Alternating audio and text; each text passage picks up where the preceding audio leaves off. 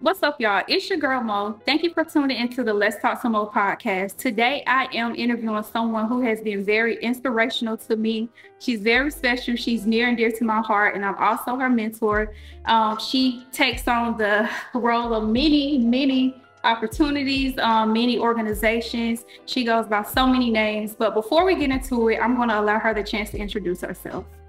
Well, my name is Serenity, K Serenity. Affectionately known as Real MaKid in the industry.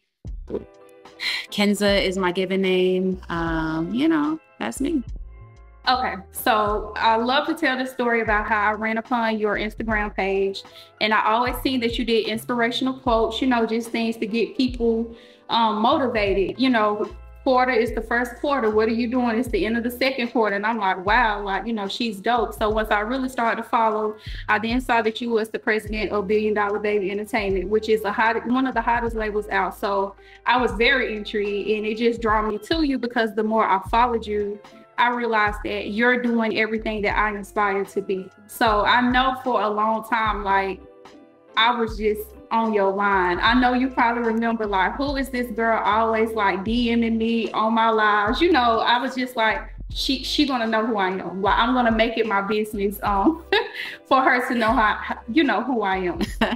But before we get into all of that, I've been to a lot of seminars and things that you host, and what a lot of people don't realize is that you were somebody before the industry. And I just want to touch on your experiences, your background, where you're actually from. I know you live in Charlotte, but how you grew up. So if you could just kind of elaborate, on that.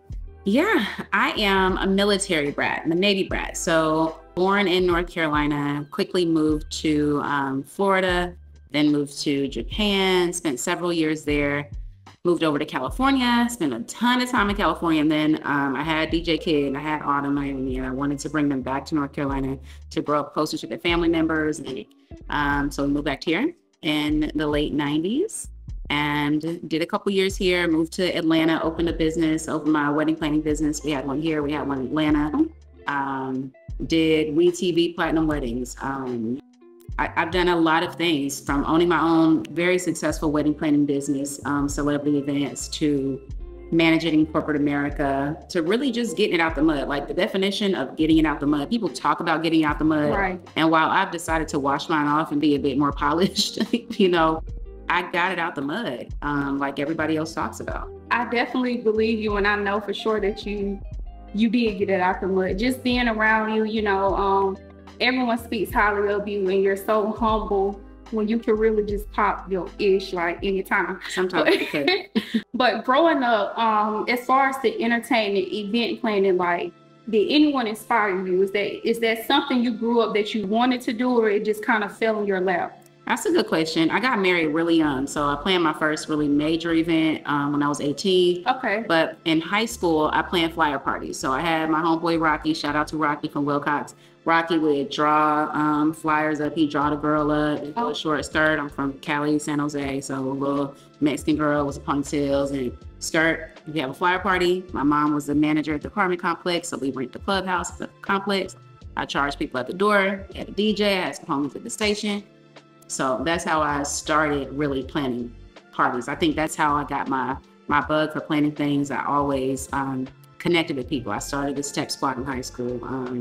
I went to a predominantly white school, and so we had a few blacks there, and I wanted to rally us together. I knew what North Carolina was like. I saw black people come together before, and in Cali, it was so very different. It was very mixed profile, which I love it because I love the diversity that it allowed me to grow up around. But I had a passion to bring people together back then. My adopted godparents are MC Hammer. DJ Kid's godparents are MC Hammer and Stephanie Burrell. So they're very inspirational people. I know that's a whole experience within yourself. It's a whole nother situation. My mom is a pastor. So, I just grew up with those type of influences. Okay, so I do have to ask, how did you transition? And this is what a lot of people don't know before you actually took on that role in the industry, that you yourself was a singer and an artist.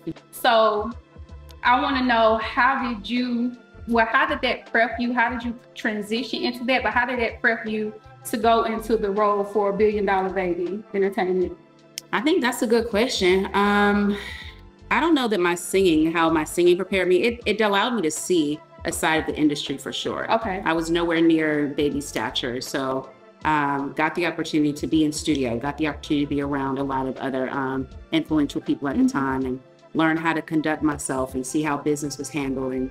And so in a way, for sure, I was exposed. I wasn't starstruck. I wasn't, it helped me in that way. I certainly wasn't in there clout chasing. It was work, right? It was simply work. And so when I was at BDB, I'm no longer at BDB, so I want to be very clear about that. But when I was there, I got a call. I had a question from TG about like some passport stuff. Like we were doing some administrative stuff and they needed some help with different things. And I'm a dot connector. I'm gonna make it happen. If there's a way to make something happen quickly, I'm gonna get on the phone, I'm gonna pop my gums and I'm gonna make it happen. Right. So I did that. We sat down and talked and said, we have a need at the label, would love to see what you can do. We had a conversation with Baby, and the rest was history. So I had a great tenure there. The title was very loose. Like we sat down one day and Baby was like, what are we gonna call you? Like, what's your name gonna be? What's the title gonna be? Mm-hmm. And I offered, a different title, and he offered, that title because it was a catch-all phrase. Along the way, I would refer to myself as like a general manager. I would refer to myself as head of, because it was so many pieces. Like you could say president. I like to just be transparent because I don't like anybody to hinge on anything that ain't what it is. Right. You could say president, vice president. If you're at the bank, my sister was the vice president at the bank. It's a cool title, but it just means you're over some stuff, at the end of the day. So I had a dope opportunity at BDB to support Stunna and support Rich Dunk and support Baby, of course, and the others who were there, and semi-support my son. My son is, he's independent, so support my son along the way. Partner with the folks over at Interscope and partner with the different individuals that would call, and Beyonce's people when they were doing the rollout. So, the big boxes that they were sending out across the country. So receiving those kind of calls, it was monumental. It was an amazing opportunity. So I'm blessed and appreciative to have the opportunity. But sliding from corporate America, I took all of the skills. Yes, and that was going to be my next question. How did corporate America really prepare you for that role? Man, corporate America gave me the structure. Okay. It gave me the foundation for, I managed in corporate America, I managed billions of dollars of portfolio, billions, I'll call them billions. So I learned about budgeting for those many dollars, and how do you manage that throughout the quarter, and how many people do you need, and how do you make adjustments when you're not seeing the return on your investment. I mean, I learned so many more things that I was able to implement in my time in BDB, but I learned about connecting with customers and contracts, and just navigating. I took 10 years of experience, and I was so excited really to just bring that experience from corporate America to something that was a Black-owned entity. Now, I do have to ask, because of course we see Baby sometimes in the headlines, it may be a little drama and things like that, but during your time there, when that takes place, is it more like, hey, I just work here, I'm gonna stay in my lane, or is it more like family oriented where you say, hey, are you okay? Or I wouldn't suggest it. Like, how did you guys handle conflict? I really wouldn't even speak on that, honestly. Baby is intelligent. Very. He's an intelligent man. He's got some smart people around him. He's got good counsel around him. Everybody has a role. Everybody has a lane that they, are in. Now, it was familial. It was a family-like environment. Okay. But I mind my business. He mind his business. I had a son to raise, so I handled my business and came in there, clocked in, and did what I had to do. Kept it moving. Yes. And I just want to say that you did a great job. He has a great label, but I could just tell when you were there, it's just like a touch, like that. Thank you. That MaKid touch. Yeah, it should be. Everywhere you go, you should leave your mo. You should leave a little something mo on them. It's a little MaKid that's gonna get sprinkled on you. Yeah. So I don't want to stay on this for too long because the interview isn't about him. But I do want to know what made you at that point want to leave the industry or just kind of fall back from the industry. A season. Okay. Everything, there's a time and a place. For everything, there's a time and a place. And I'm governed by God, who orders my steps. And ironically, I was hearing from God, and I was talking to my son and talking to my daughter, like, I feel like it's gonna be time to transition. I love those guys. Mm-hmm. So it was very, very hard. Okay. It was very difficult to even think about not being a part of that world, that organization. But everything, there's a time and a place, and there's a season. And so, could you ever see yourself going back to the industry, not necessarily with them, but to other labels? I mean, I'm still a part of the industry now. I haven't left completely the entertainment industry. I still do work for Interscope. I'm doing some work right now for Student for Vegas. I've done some partnerships with Def Jam, working with Hollywood Baby. So I still have my Rich Dunk, Mary Mac. I mean, the list goes on and on. So my feet are still planted for sure, and I'm grateful for the opportunity that I had there. Well, I know you touched on God, so I want to go into your brand, Just Pray, which is big. I mean, I see it on Instagram all the time. I see everybody rocking the attire, and I love what you're doing with that, because although I feel like a lot of times when we're connected to the industry, people don't realize that, you know, God can still be connected to that, and that you can still reach people no matter what type of secular music, you know, whatever it is. So I want to know, what was your drive or passion behind starting your brand? Man, that's the best opportunity that $1 Billion Baby afforded me, was really the opportunity to have my passion for music and administration and helping people and pulling things together and dot connecting. You need this, let me make a call, let me make it happen. And my faith, because I know that there's a purpose for me connecting with millennials, with Gen Z, Gen Ys, and this allowed me to connect with people in a broader way, folks that I might not have otherwise had the opportunity to connect with. And so sharing those inspirational things like you talked about, it was awesome opportunity just to insert, because God is everything. I don't care how much I'm cutting up. I don't care what I'm doing. God is at the center of everything. He's ahead. I'm gonna consult him before I cut up, and I'm gonna check in with him after I cut up, you know, all that good stuff.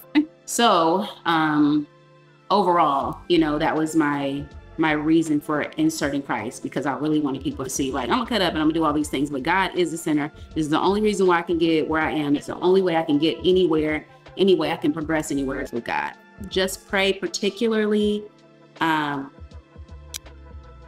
of my family members went through a really traumatic situation, and I told my family members around the country, just pray. They thought it was actually, the anniversary is like today, around this week, a couple of days. We were dealing with it too right now, and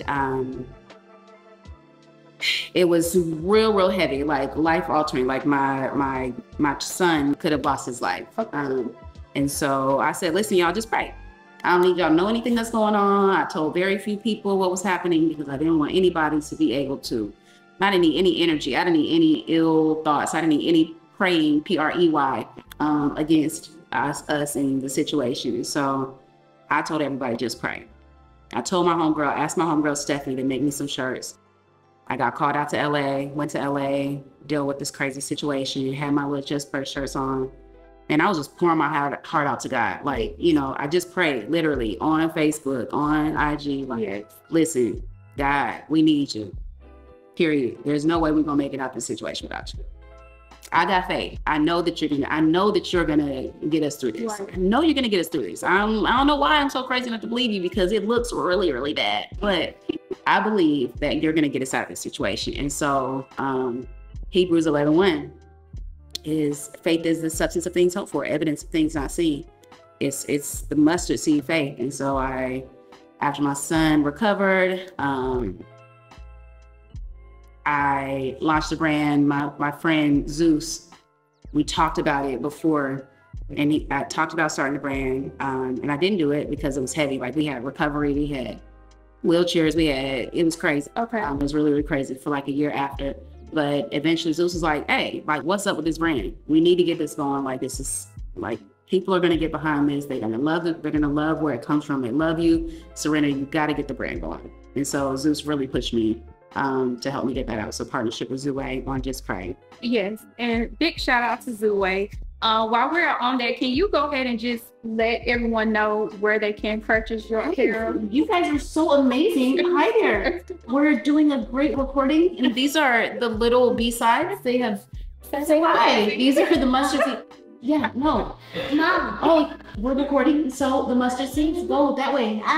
Go that way. Yeah, go that way. Go that way to the restroom. That way. No.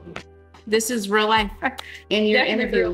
In your interview. And we're gonna keep all this in. Oh my God. Oh my God. Oh my God. But could you tell the viewers where can they purchase your Just Pray?